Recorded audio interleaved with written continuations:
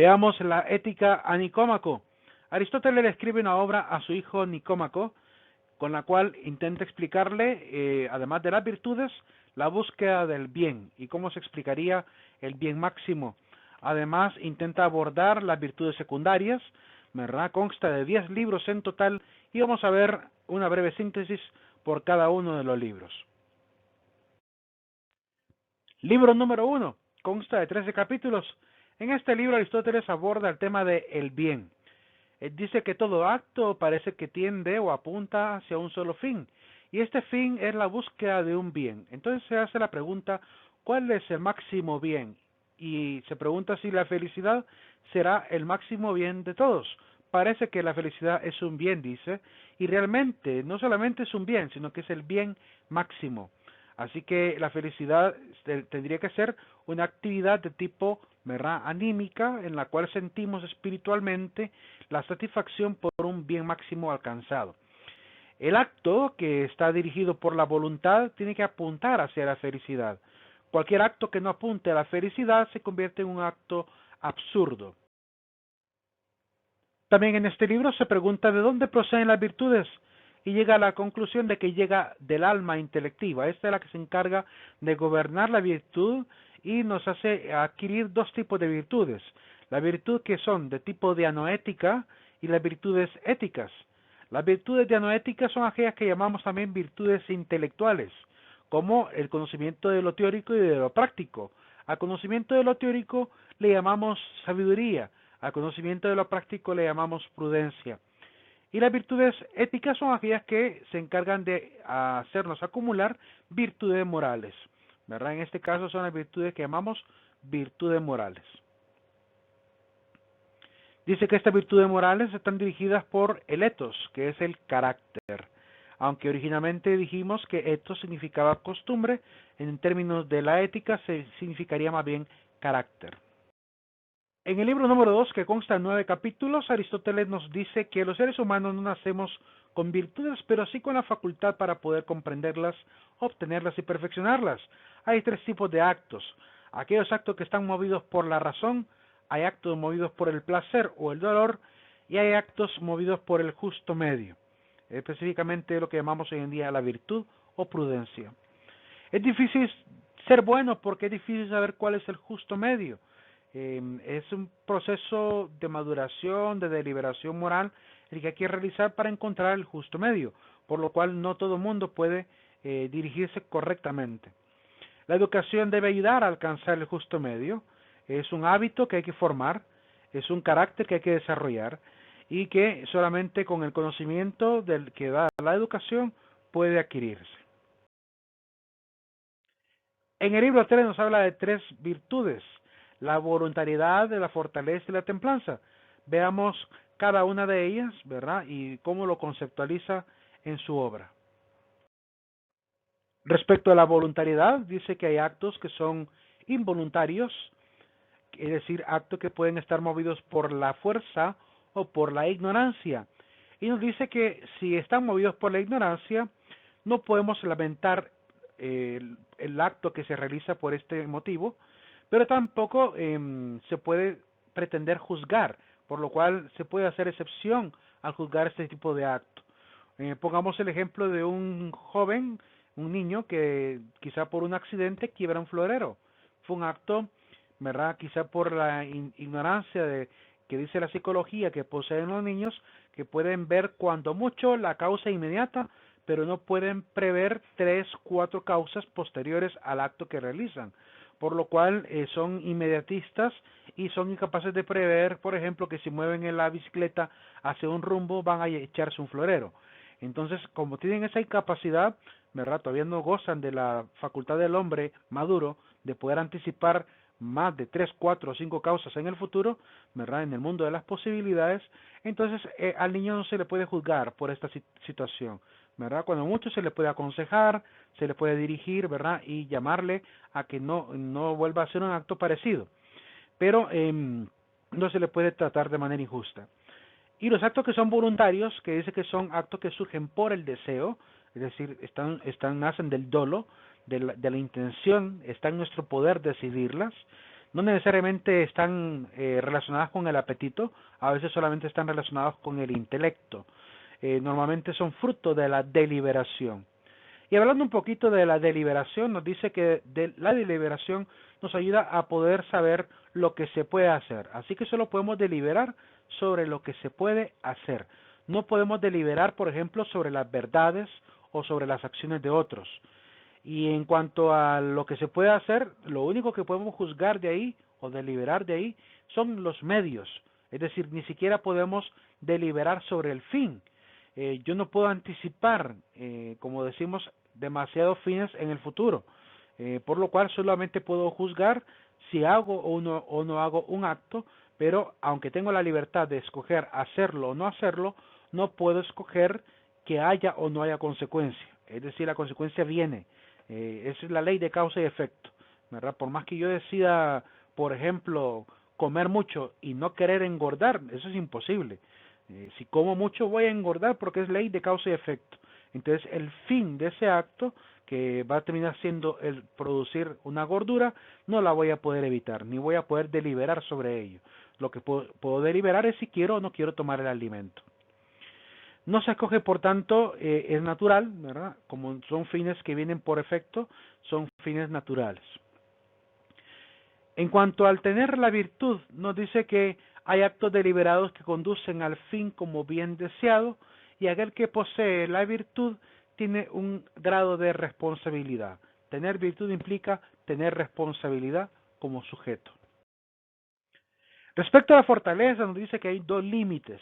La fortaleza estaría en el medio de dos formas de ver la vida: la forma de la cobardía, o en ese caso del miedo, o la del atrevimiento, la de la temeridad, el riesgo, que sería la contraparte. Así que la fortaleza estaría en el centro, entre lo que sería el miedo y el sentido del deber o del valor. Dice que la fortaleza es una virtud que se analiza mucho más desde la actitud del que tiene que luchar con su miedo que en el elemento de aquel que posee la valentía. Es decir, que está más aplicada al temor que a la confianza. Y en este sentido es más difícil de controlar el temor. Como es más difícil de controlar, implica que la virtud me eleva aún más, porque me hace sentirme dueño de mí. Mientras que en el riesgo, la temeridad, pues corro evidentemente el peligro de poder obtener un mal camino, un mal fruto, ¿verdad? Volverme incluso, no sé, capaz de adquirir un vicio, capaz de adquirir un error, de equivocarme. Entonces, la fortaleza nos ayuda a esto, a poder vencer la temeridad. La fortaleza busca el bien honesto cuando es difícil divisarlo. Nos ayuda a mantenernos firmes aunque nos cueste saber hacia dónde vamos con mucha certeza. Pero mantenernos firmes ante las convicciones, ¿verdad? Tiene que ver con esta situación. La cobardía, por tanto, y la precipitación son los dos límites, y la fortaleza sería el justo medio entre la cobardía y la precipitación. Dice Aristóteles, la característica fundamental de la verdadera fortaleza es que se basa en el carácter y no en el cálculo o la preparación. No se trata de previsión o conocimiento, sino de valor, de poder soportar, ¿verdad?, de huir de la temeridad y soportarlo todo. En cuanto a la templanza, nos dice que la templanza es la virtud que está en el medio, en el justo medio entre el hedonismo, que nos puede proveer el tacto, el sexo, el comer, y la sobriedad, que sería básicamente la capacidad de dominio, de control de estos impulsos y deseos. Entonces la templanza está ahí, en el punto central. Dice que en cuanto al placer, hay dos tipos de placer: el placer natural, si yo me excedo en el límite de lo natural, en los placeres naturales, puedo caer en el error, ¿verdad? Así que el error en el placer natural es un exceso que me puede llevar al vicio. Y en el caso del placer individual, no siempre es excesivo, y no siempre me provoca una adicción, por así decirlo. Pongamos un ejemplo para cada una. Si yo, por ejemplo, me vuelvo excesivo en el comer, cometo un error porque tarde o temprano terminaré pagando con enfermedades. Si yo me excedo en la bebida, tarde o temprano voy a pagar con la borrachera. o con un accidente incluso. Mientras que en el placer individual yo puedo sentir un placer por el arte, un placer por la música, un placer no sé, por el intelecto mismo, la sabiduría. Y no porque me exceda en estos gustos significa que voy a obtener algo malo, ¿verdad? Normalmente me eleva más bien y me hace mejor persona. En cuanto a la templanza, dice que la templanza produce dolor, sobre todo en aquel que no posee esta virtud o que le cuesta poder manejarla. Sobre todo los intemperantes, aquel que tiene intemperancia, ¿verdad? Aquel que no tiene la capacidad de controlar los placeres. En este caso, pues dice que la intemperancia es más voluntaria que la cobardía y por tanto es más censurable. Es decir, que la cobardía, yo no puedo huir fácilmente del temor. El temor a la muerte, por ejemplo, es un temor natural y que está grabado en nuestro instinto y por lo cual yo no puedo controlarlo, pero sí puedo controlar si quiero comer o quiero beber. Por lo cual, en este caso, quien no sabe controlarse con la templanza en los placeres eh, es más censurable, más juzgable, más criticable, porque estaba en su responsabilidad poder tomar esa decisión. El apetito debe seguir lo que es noble y para ello pues debe estar siempre siguiendo las propuestas de la razón. La razón es la única que nos puede llevar a los nobles apetitos. En el libro cuarto, Aristóteles nos habla de las virtudes secundarias, solamente las vamos a mencionar. Está la generosidad, la magnificencia, que es hacer actos de caridad de nivel superior, por ejemplo, aquel que regala la mitad de su casa a una persona pobre, que dona millones de lempiras o de su moneda a obra de caridad. Ese es alguien magnificente, alguien que hace algo grandioso, ¿verdad? Recuerden que la etimología de magnificencia viene de magno en latín, que significa grande, y la terminación o sufijo de ficencia viene de facere, de facer, de hacer, ¿verdad? En el castellano antiguo el hacer se decía facer, porque venía de facere. Entonces tiene que ver con el acto grandioso. En ese sentido se refiere a las obras grandes que llenan de orgullo a una sociedad, ¿verdad? Cuando alguien ejecuta un acto heroico, un acto valeroso, un acto piadoso. Y la magnanimidad es la grandeza. En este sentido, tiene que ver con la grandeza de las virtudes o también grandeza espiritual. La verdad, el humor, la vergüenza también es una virtud secundaria, sobre todo cuando se comporta como un sentimiento virtuoso que ayuda a encontrar el justo medio en los sentimientos. Por ejemplo, la vergüenza me evita a mí, por ejemplo, hacer el ridículo en la calle andando semidesnudo. A mí la vergüenza me evita el poder, por ejemplo, el atreverme a robar porque sé que si me descubren voy a pasar tremendo golpe a mi ego. Entonces evito robar, evito hacer un acto que al ser descubierto me pueda provocar mayor daño. Entonces la vergüenza me priva de todo ello. Es un sentimiento que manejado así positivamente es una virtud. En el libro quinto, que consta de 11 capítulos, nos dice Aristóteles que hay dos tipos de justicia, la justicia general y la justicia particular. Recordemos la definición socrática de justicia, dar a cada uno según lo que necesita o dar a cada uno según lo que merece. Entonces, estos dos tipos de justicia hay que analizar cuál de las dos son las que realmente nos intenta decir Sócrates que debemos vivir desde el punto de vista de la ética. Desde el punto de vista del derecho, pues vivimos la general y también la distributiva, una combinación de ambas. En la justicia general, pues es más difícil alcanzarla, porque depende también del Estado, no solamente depende del individuo, sino también depende del estilo de gobiernos o sistema de gobierno. Pero en la justicia particular así la puedo vivir mucho más a menudo. En este caso hay dos tipos de justicia particular. La distributiva, que también se le llama justicia geométrica, porque, por ejemplo, pongo el ejemplo de un pastel. A todos les voy a dar un pedazo de pastel que mida exactamente la misma figura y el mismo tamaño. Ahí yo estoy siendo justo geométricamente o distributivamente. Pero está también el otro tipo de justicia, la justicia transaccional, donde hago una repartición proporcional, donde yo le pregunto a cada uno, ¿usted tiene hambre? ¿Tiene más o menos hambre?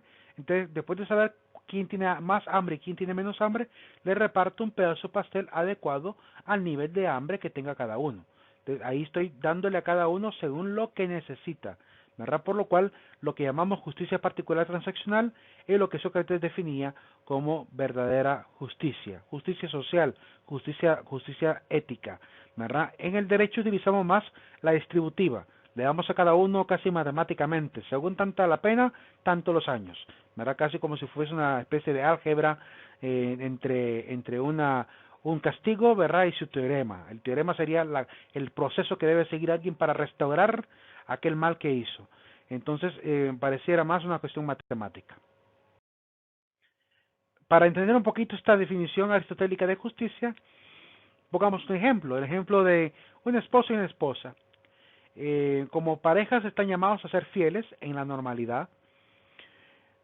Cada uno goza de deberes y de derechos. Normalmente los deberes que tienen es de proveer cada uno al hogar, a sus hijos, y el derecho es de poder disfrutar a sus hijos, tener un momento con su hijo o con su hija. En este caso, pues, imaginen que rompen la normalidad y alguien comete una falta que provoca un cambio. En este caso, digamos que es el esposo el que comete la infidelidad y la esposa se mantiene fiel.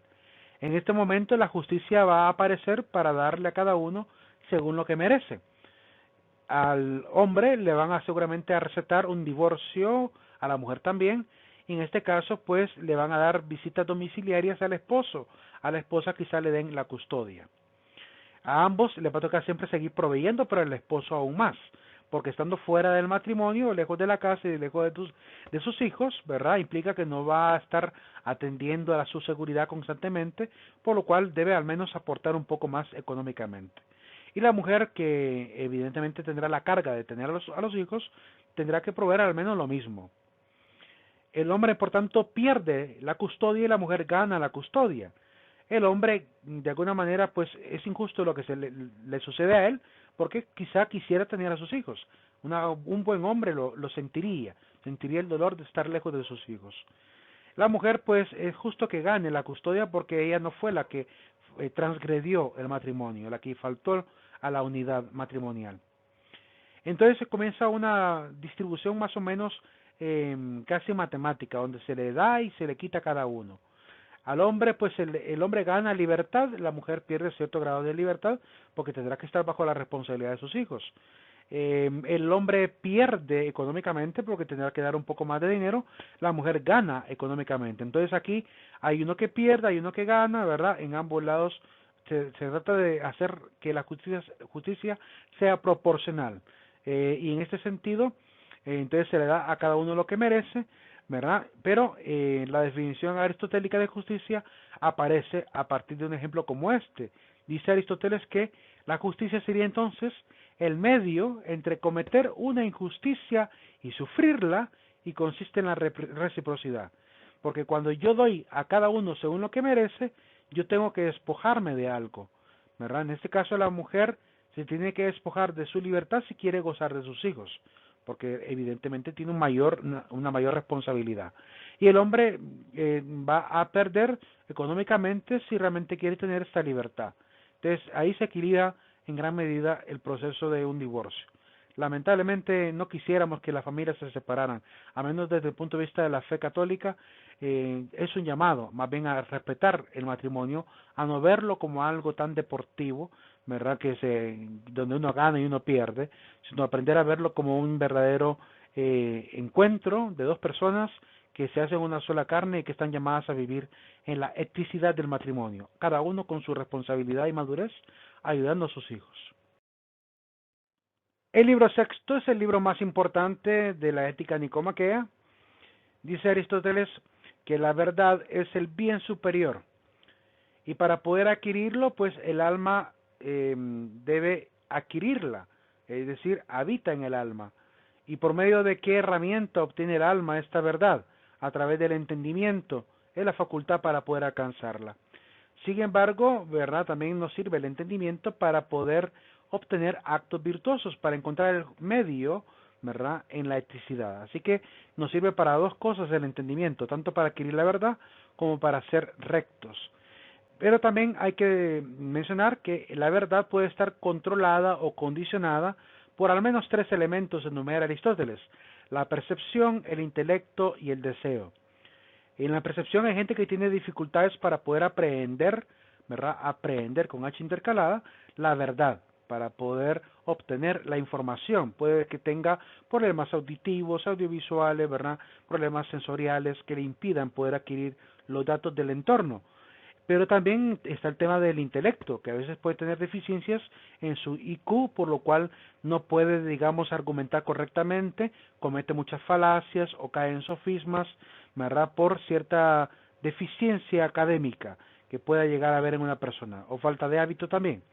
Y el deseo, que también, como decía Platón, ¿verdad? Nos aturde, dice él, nos embaraza, dice él, y nos llena de mil y un quimeras que nos distraen de la búsqueda de la verdad.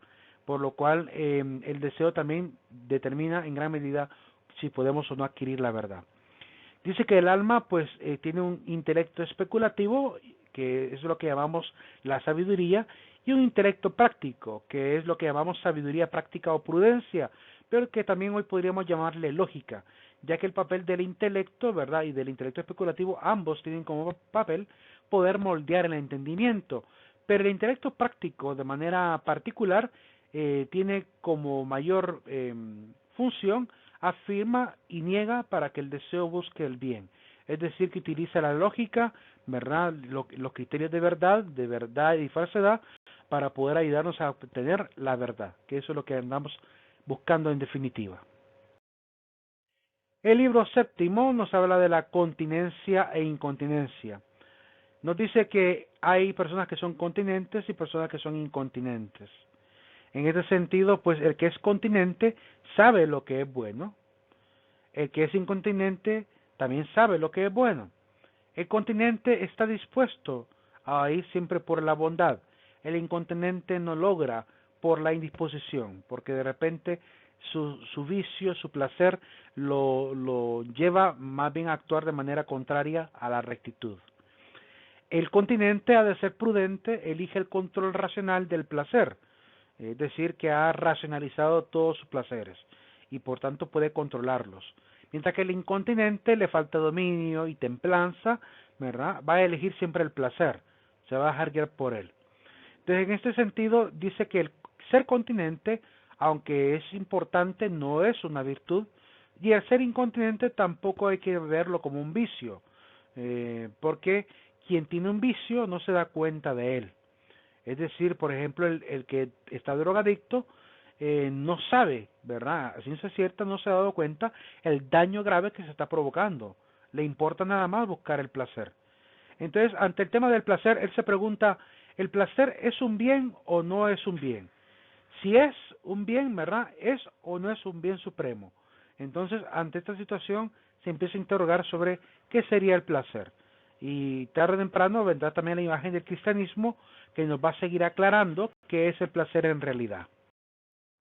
En el libro octavo nos habla de la amistad, nos dice que la amistad es un fenómeno universal y necesario. Es más excelso que la justicia. Dice que la amistad, pues para algunos es virtud, para otros acompaña la virtud. Su principio es la benevolencia recíproca. Es hacer lo bueno porque sé que también recibiré algo bueno. Se ama a algo o a alguien porque es bueno en sí o para mí. Pero también nos habla de que el verdadero amigo está en las buenas y en las malas. Algo muy parecido también a lo que nos va a enseñar el libro del Eclesiástico más adelante. La verdadera amistad busca al otro por ser quien es, no porque sea bueno para mí o me dé algún placer. Aunque la amistad normal, la amistad vulgar, diríamos, la común, se dirija por el principio de benevolencia recíproca, la más excelsa amistad no se guía ni siquiera por la benevolencia recíproca, ¿verdad? No amo al otro porque sea bueno conmigo, sino simplemente por ser quien es. Es superior a una actividad o a una emoción, nos dice Aristóteles, y la verdadera amistad perdura en el tiempo. Es algo parecido al verdadero amor.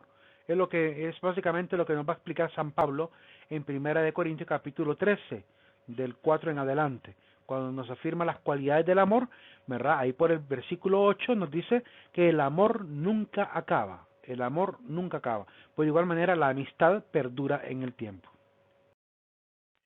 En el libro 9 nos habla siempre de la amistad. Dice que la desigualdad y la decepción es la que rompe la amistad. Si alguien se ama a sí mismo, sabrá amar también a los demás. Algunos principios de la amistad, por ejemplo, están la buena voluntad, el afecto, la intimidad, el sufrimiento por afecto. El falso amor es egoísmo, los amigos virtuosos son necesarios para la felicidad y el hombre es un zoopoliticón, es un animal político que está necesitado de interactuar con los demás seres humanos porque es un ser social. Zoopoliticón se puede traducir como un animal social, un animal que se maneja en lo político, que es en la relación con el pueblo.